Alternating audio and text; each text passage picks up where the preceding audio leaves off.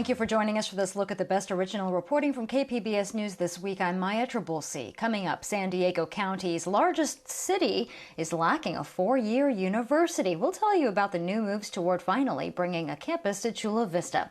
Scenes reminiscent of January 6th. Brazilians living in San Diego talk about the political violence playing out in their home country. And what's going on with the price for a carton of eggs? The sticker shock playing out in local grocery stores. Well, we start with women taking over 2 of San Diego's biggest leadership roles. In a moment, we'll have a conversation with the first woman to run the sheriff's department. But first, here's Alexander Nguyen with the first Latina to chair the Board of Supervisors. Chair Fletcher, that motion passes unanimously with all supervisors being present and voting aye. With that, history was made. Nora Vargas is now the first Latina and immigrant to lead the Board of Supervisors, and it's not something she takes lightly. I was born and raised in Tijuana. I'm proudly very, binational immigrant, first Latina, first woman of color to serve as chair of the Board of Supervisors.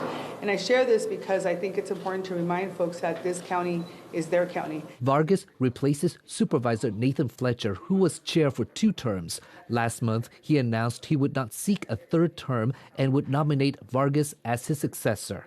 Some of her legislative priorities for this year include community infrastructure, homelessness, and housing. We are going to be faced with some tough times, right? We're transitioning from the pandemic. Many of our folks are really suffering. We still have folks who are going to sleep, kids who go to sleep hungry right now, people who don't have shelter. We need to make sure we have more housing. So for me, it's about making sure our families come first so that they have access to food and the services that we could provide in the county. There was also another historic moment Tuesday. For the first time in the county's history, 2 women will be leading the board. Supervisor Tara Lawson-Reamer was named as vice chair, but she says it means so much more than that. We have real diversity in our leadership.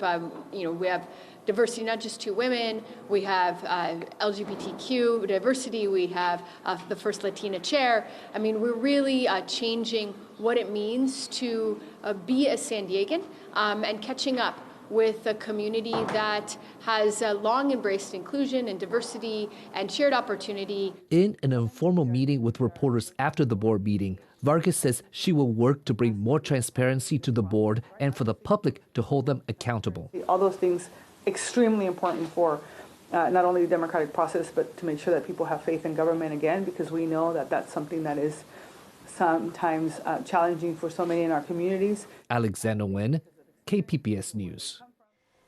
And another woman is settling into an important leadership position is Kelly Martinez. Back in November, voters elected her San Diego County Sheriff. KPBS Midday Edition co-host Jade Hindman recently talked with the new sheriff about the road ahead.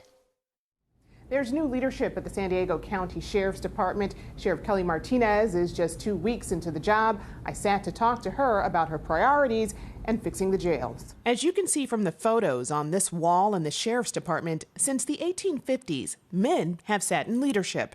Now, for the first time, a woman has been elected, and one of the top priorities for Sheriff Kelly Martinez will be addressing jail deaths. The San Diego County jail system has some of the highest numbers of in-custody jail deaths in the state. The jails were built, a lot of them 40 and 50 years ago. They were built with a different idea in mind about how we incarcerate people, and also a different population that might not have had as many mental health issues, medical issues as some of the people that are coming into our custody today. But it is my responsibility as a sheriff to keep people safe and to provide them the health care that they need while they're in our custody. So we're looking at best practices around the country to see if there's things we can do differently. We're enhancing the medical and mental health care that we're providing right now, and we're looking to renovate and change some of our jails in the coming years. And what do you say to people whose loved ones have died while incarcerated and are looking for answers? Well, we have first off, I sympathize with anyone who's had that experience. I think it must be terrible to have a loved one in a jail and you don't have access to that person. You don't know what happened. We instituted last year a more robust family liaison protocol. Meaning they have people specifically assigned to families to help them understand what happened to their loved one while in the San Diego County Jail. Meanwhile, Martinez will also have to address priorities for the department and disparities. A recent study of the San Diego County Sheriff's Department found 80% of patrol time is spent conducting officer-initiated stops, while just 18% of this time is spent responding to calls from community members. They also found Black people were more than twice as likely to be subjected to an officer-initiated stop than white people. Do you see this as a problem? Well, I think anytime there's bias in any form, it's a problem. And I hope that people who feel that they've been treated unfairly or wrongly by law enforcement, by the Sheriff's Department, again, will come forward and tell us about it. If you view it as a problem, what do you intend to do about it? You know, as I said, I think getting the word out there, having those conversations, letting our communities know that it's safe to report incidents. And I think we have a lot of mechanisms in place in areas where people can report that something like that is occurring. Including, you know, not only on our department, but also the Clear Board that you talked about before and other entities. So I think there's a lot of safe places for people to report it. We just need to make sure they're doing it. They are. And there's a study that reflects numbers here. So a person reports, then what? Well, it depends on who they report it to and the investigation. If we show that bias has occurred by one of our deputies, they, you know, up to and including termination occurs. All of that leads to the question of building trust between law enforcement and the community it serves during a critical time for the Sheriff's Department. We're trying to be as open and transparent as we can be and accountable. So meet with your local sheriff if you're in sheriff's jurisdiction, with your local leadership at the station if you have an interest in knowing more about what we do and why we do it and who's patrolling your area. Jade Hindman, KPBS News. And you can hear Jade co-host KPBS Midday Edition weekdays on KPBS FM. It's one of several KPBS programs that you can stream as a podcast on all major platforms and at kpbs.org. San Diego South Bay is home to about 450,000 people, but it's not home to a public four-year university. Well, at least not yet. KPBS reporter Jacob Ayer updates us on efforts to bring a university presence to South County. Right now, Southwestern College is the South Bay's only public option for higher education. That's where Faisal Al-Najjar is now studying dental hygiene. He already has a bachelor's degree in human biology from UC San Diego, roughly 20 miles north. There was a lot of people that commuted from South Bay to UCSD. Now imagine telling them they can go to some classes 10 minutes from home instead of having to drive all the way up here. And that idea is becoming reality, starting with San Diego State University's new TV and film studio coming to Chula Vista. And more university expansions could be on the way. Maria Anguiano is a UC Regent and a National City native. The South Bay is a very vibrant, dynamic community with a lot of talent, and we want to make sure that UC is at the table. So the UC is starting to look at sites for a satellite campus in South Bay. The city of Chula Vista has already set aside nearly 400 acres near Otay Ranch Town Center, with plans for a combined university and technology park. It's been a project that's been ongoing for over 30 years. John McCann is the new mayor of Chula Vista. And we're building around it to be able to make sure that the campus has the infrastructure, has the housing to be able to support the university. While the city has set aside land for a university, Anguiano says the exact location for a South Bay UC expansion isn't set in stone. Some campuses have a huge room to grow. Others are going to grow in ways of creating satellite campuses, using opportunistic spaces, partnerships with community college campuses. Wherever a new school goes, Al-Najjar says he hopes the needs of local students are considered. Some might not have a car, some might not just be able to afford the gas, some might not be able to afford the parking permit. McCann says having a university will lead to economic and binational growth for Chula Vista. You talk to almost anybody in the community, they're encouraging a university, and we want to make sure that our kids, our grandchildren, have the opportunity to be able to go to college in Chula Vista. Assemblyman David Alvarez represents most of the South Bay. He says many South County students end up studying and working outside of the region they grew up in. A university will keep them closer to home. So we have land.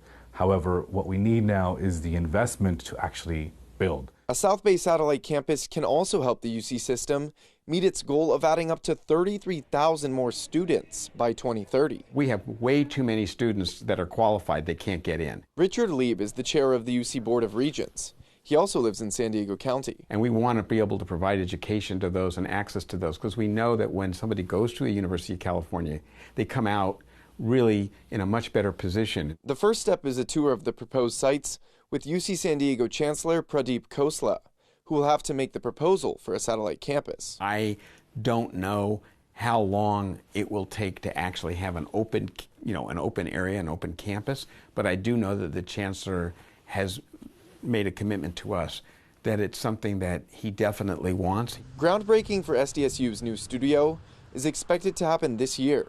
Alvarez helped to secure funding for the project and has big goals for the long-term future. 5, 7, 10 years after you've got several programs running, perhaps this becomes its own institution because there's been growth, there's enough attraction there, and we decide, this should be a new state university of some sort. UC alum Al-Najjar has one request for universities that come to South County. It should really be modeled after what I would say Southwestern has offered me, which was the smaller classes, more intimate connection with the professor, like they actually know you. UC officials plan to do their South Bay site tour in the first quarter of this year.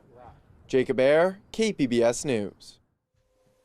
This week, regular border crossers are able to do something that they haven't done in years. KPBS border reporter Gustavo Solis was there for the reopening of PedWest.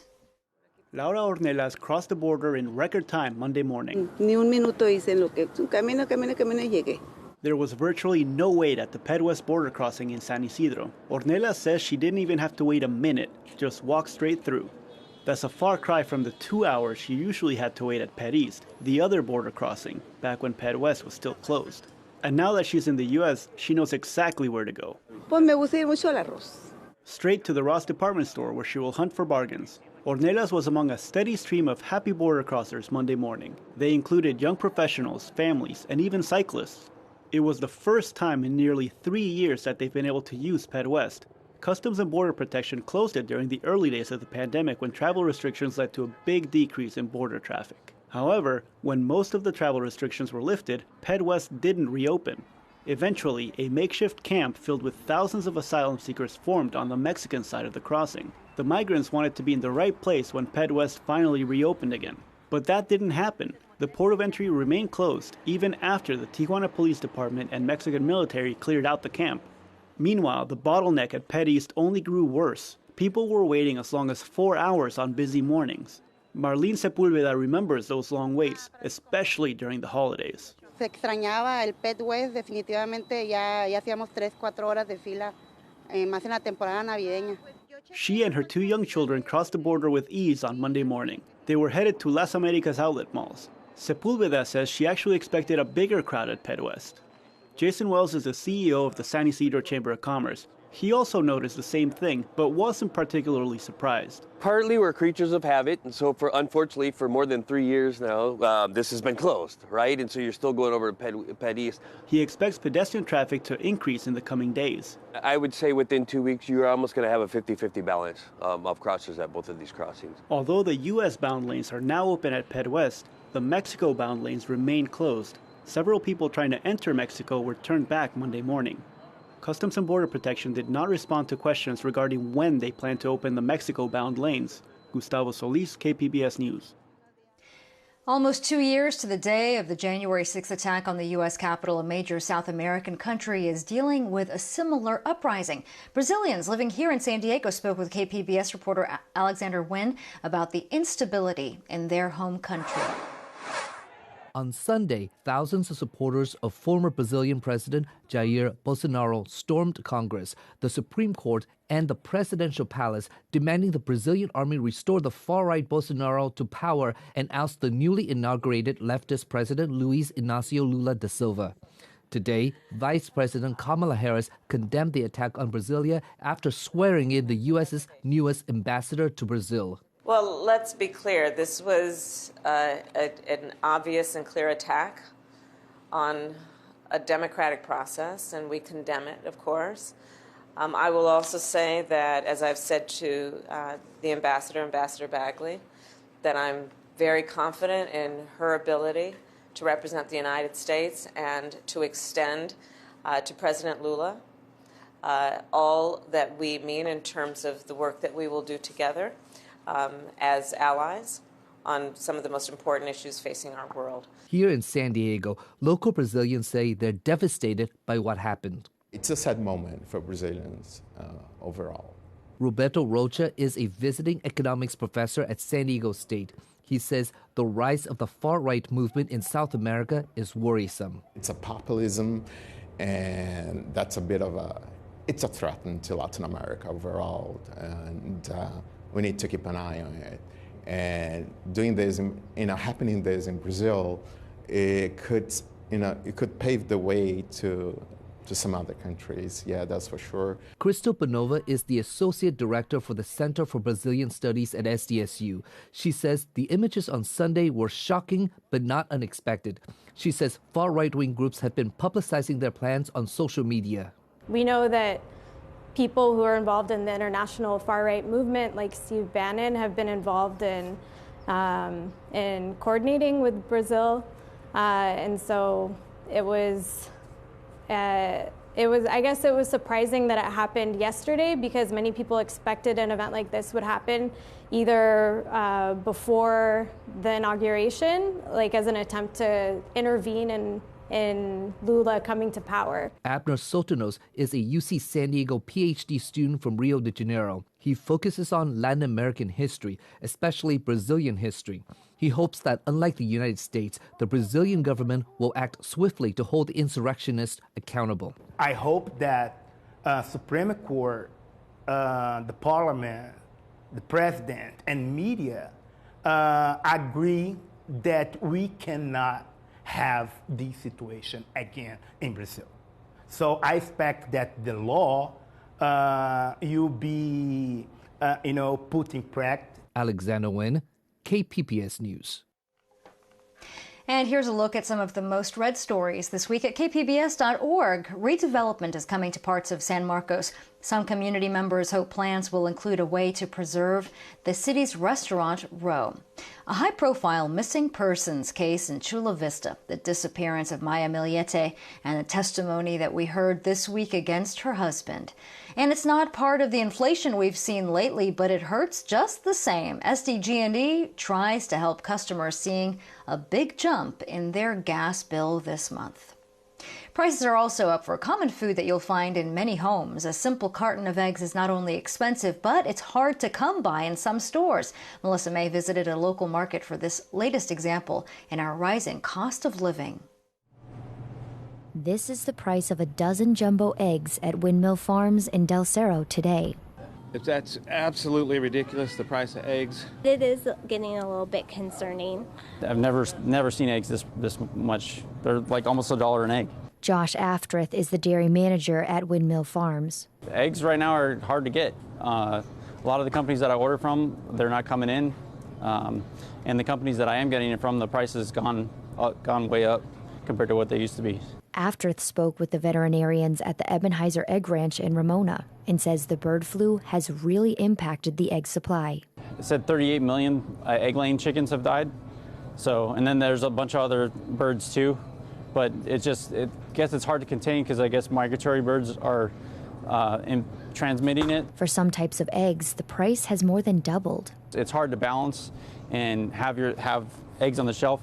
The other thing too is like with the price of the eggs, they're slowing a lot down in sales. So you can't order too much on those because then you're going to be having them code out on you, and throwing away eggs is nobody wants that. Locals like Rodney Duff have had a hard time finding eggs. I just can't find them. I went to Costco. They don't have them anymore, so I don't know what's going on. And when Duff finally found eggs, the price of them became a concern.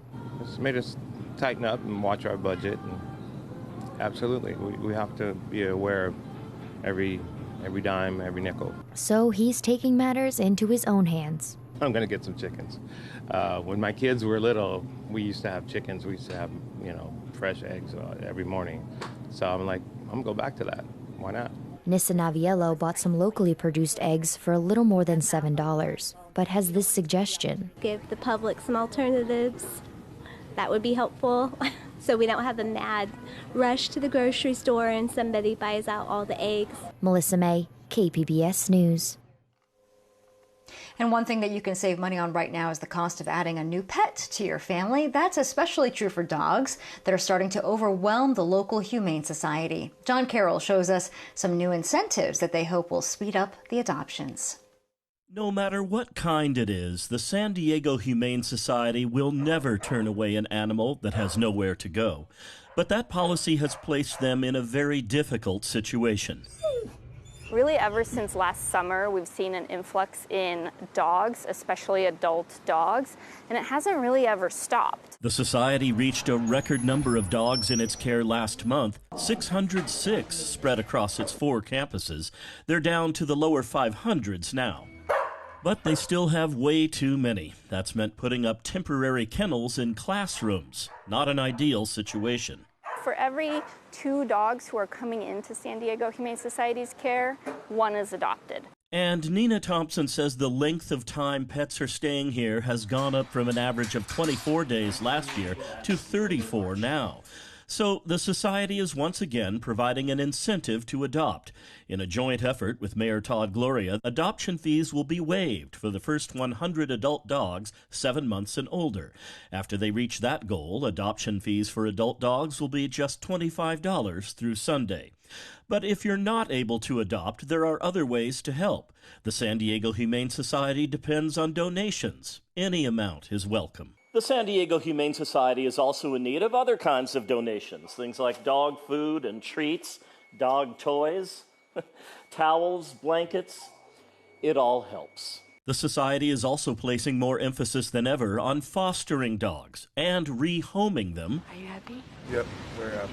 And they're ready to help those willing to help them. We have all these resources on our website, sdhumane.org/rehome, so that you can possibly identify an owner for your pet instead of bringing them to the shelter. Other resources are available on sdhumane.org to help with fostering, with food, with veterinary care, anything a human needs to help one of these precious animals get the home and the help they need. John Carroll, KPBS News. 2 San Diego-based companies are getting the backing of the Department of Energy as they work to build better electric vehicle batteries. KPBS environment reporter Eric Anderson says the local money is part of a larger effort to boost the nation's battery supply chain.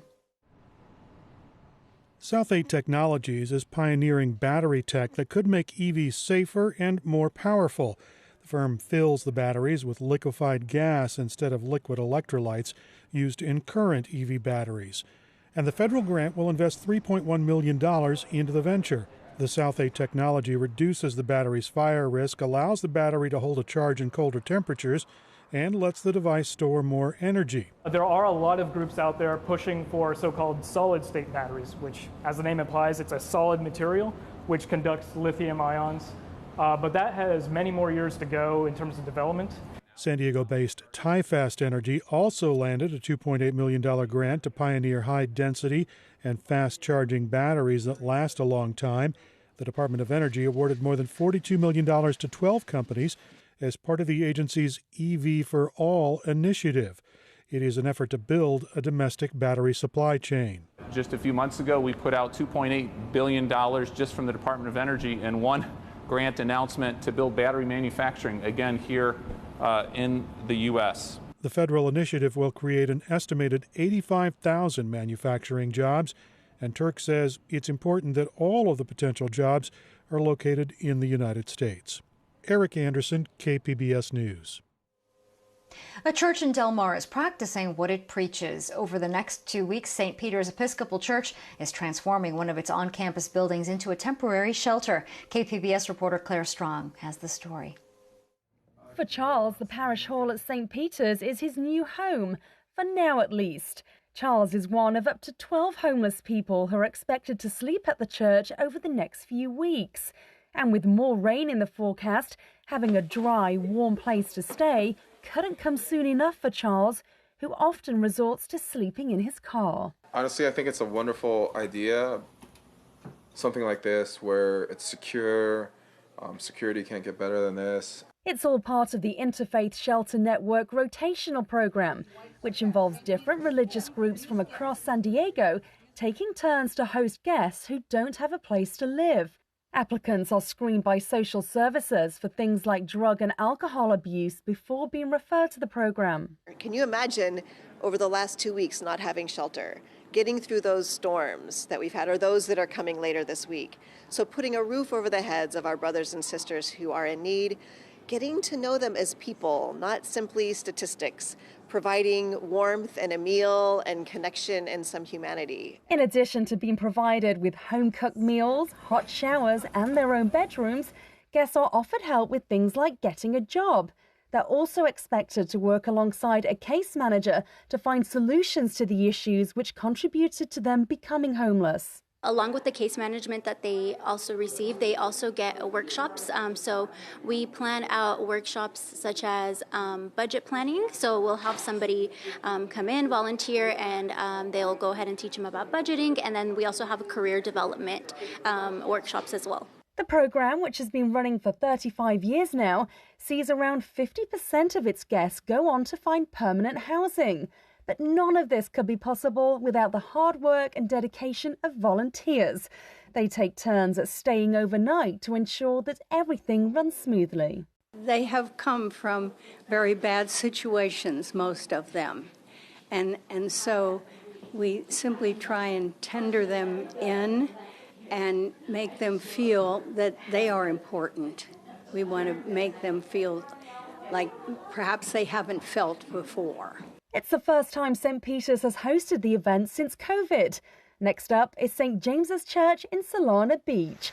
And with more rain on its way, this programme couldn't come at a better time. Claire Strong, KPBS News.